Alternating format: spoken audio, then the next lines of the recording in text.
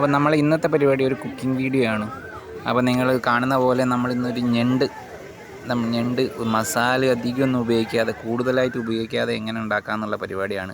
അപ്പോൾ ഞാൻ മാർക്കറ്റിൽ നിന്ന് കുറച്ച് ഞണ്ട് വാങ്ങിയിട്ടുണ്ട്. അതും നമ്മളെ കടൽ ഞണ്ടല്ല, ഇവിടെ വളർത്തുന്ന ഞണ്ടാണ്. അപ്പോൾ അത് വാങ്ങിയിട്ട് നമ്മളൊന്ന് ടേസ്റ്റ് ചെയ്ത് നോക്കാം. അപ്പോൾ ഇതിൽ കൂടുതൽ മസാലയൊന്നും തേക്കുന്നില്ല. നമ്മൾ കുറച്ച് വെളിച്ചെണ്ണ ഒഴിക്കുന്നുണ്ട്.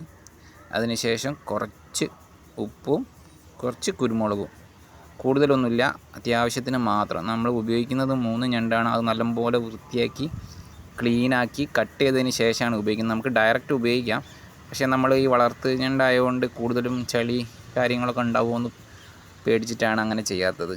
അപ്പോൾ നമ്മൾ നേരത്തെ ഞാൻ പറഞ്ഞതുപോലെ ഉപ്പും കുറച്ച് കുരുമുളകും ഇട്ടതിന് ശേഷം ഒന്ന് എണ്ണ ചൂടായതിന് ശേഷം നമ്മൾ വൃത്തിയാക്കി വെച്ച ഞണ്ട് ഓരോന്നായിട്ട് എടുത്ത് വെക്കുന്നുണ്ട്.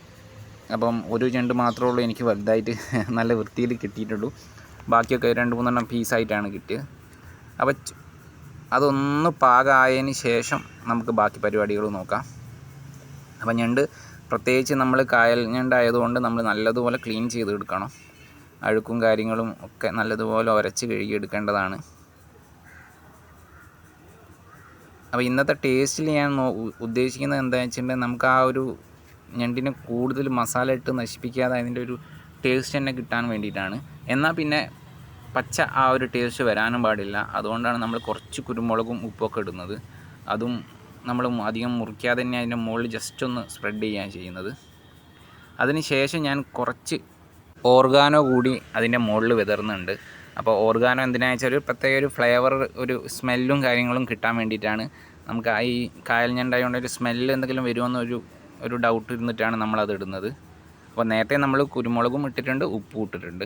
അതിന് ശേഷം നമ്മൾ കുറച്ച് ഓർഗാനോ, കുറച്ച് അധികമൊന്നുമില്ല, കുറച്ച് ഓർഗാനോ, പിന്നെ കൂടാതെ നമ്മൾ റെഡ് ചില്ലീൻ്റെ പൗഡറും അല്ല, നമ്മളൊന്ന് ജസ്റ്റ് ഒന്ന് മിക്സീൻ്റെ ജാറിലിട്ട് ഒന്ന് ജസ്റ്റ് ഒന്ന് അടിച്ചെടുത്തത്, അതും കൂടി ചേർക്കുകയാണ്. അപ്പോൾ ആ ഒരു ഫ്ലേവറും ചെറിയൊരു എരിവും കിട്ടാനാണ് നമ്മൾ. പക്ഷേ നമ്മൾ തോടോടൊക്കെ ഉള്ളതുകൊണ്ട് നമുക്ക് ആ എരിവ് അതിലുള്ളിലേക്ക് കയറുമെന്ന് സംശയമാണ്.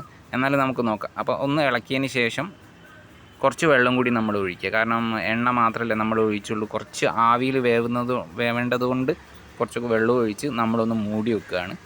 ഒരു 10 മിനിറ്റ് അത്രത്തോളം മതിയാവും. പിന്നെ നിങ്ങൾക്കറിയാമല്ലോ ഈ ഞണ്ടിൻ്റെ കളറ് മാറുന്നത് എന്താണെന്ന് വെച്ചാൽ അതിൽ തോടിൻ്റെ ഉള്ളിൽ കുറച്ച് രാസപ്രവർത്തനമൊക്കെ നടത്തുന്നതുകൊണ്ടാണെന്നാണ് നമ്മൾ ഗൂഗിളിലൊക്കെ സെർച്ച് ചെയ്തപ്പോൾ കണ്ടത്.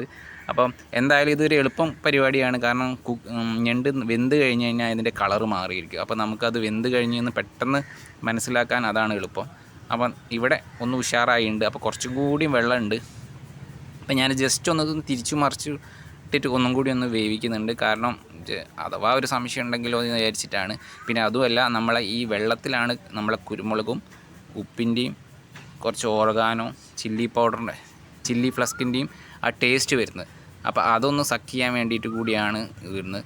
പിന്നെ നമ്മൾ ഈ ടേസ്റ്റ് എത്രത്തോളം അതിലേക്ക് കയറുന്നോന്ന് അറിയില്ല. കാരണം നമ്മൾ ഇതിൻ്റെ സ്ട്രോങ് തോടുള്ളത് കൊണ്ട് എത്രത്തോളം ഇതിലേക്ക് കയറുമെന്ന് അറിയില്ല. പിന്നെയും നമ്മൾ അടച്ച് വേവിച്ചത് കൊണ്ട് അതിൻ്റെ ഒരു ആവിൻ്റെ ആ ഒരു സ്മെല്ലും കാര്യങ്ങളും നമുക്ക് അതിൽ കിട്ടും. പക്ഷേ ടേസ്റ്റിൽ കിട്ടാൻ ചാൻസ് കുറവാണ്.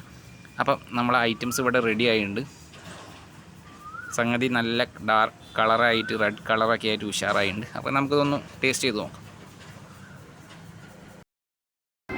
അപ്പോൾ നമ്മുടെ ക്രാബ് റെഡി ആയിട്ടുണ്ട്. നമ്മൾ മസാലകളൊക്കെ കുറച്ചിട്ടാണ് ഇട്ടത്.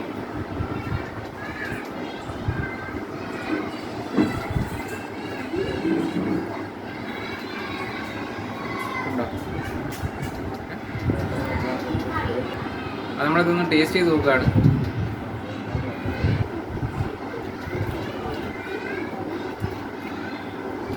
കറക്റ്റ് ഞണ്ടിൻ്റെ ടേസ്റ്റ് അത് തന്നെ. നമ്മൾ എക്സ്ട്രാ സാൾട്ടിൻ്റെ ടേസ്റ്റ് മാത്രമേ വരുന്നുള്ളൂ.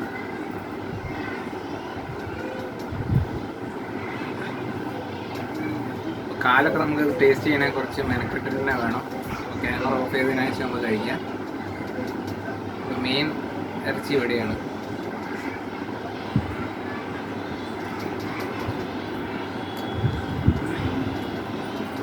ഞണ്ട് കഴിക്കുകയാണെങ്കിൽ ഇതേപോലെ ഇടാം.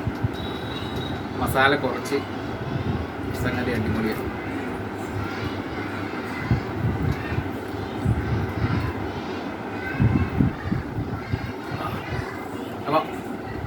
നമുക്ക് അടുത്ത വീഡിയോ ആയിട്ട് വീണ്ടും കാണാം. ബൈ.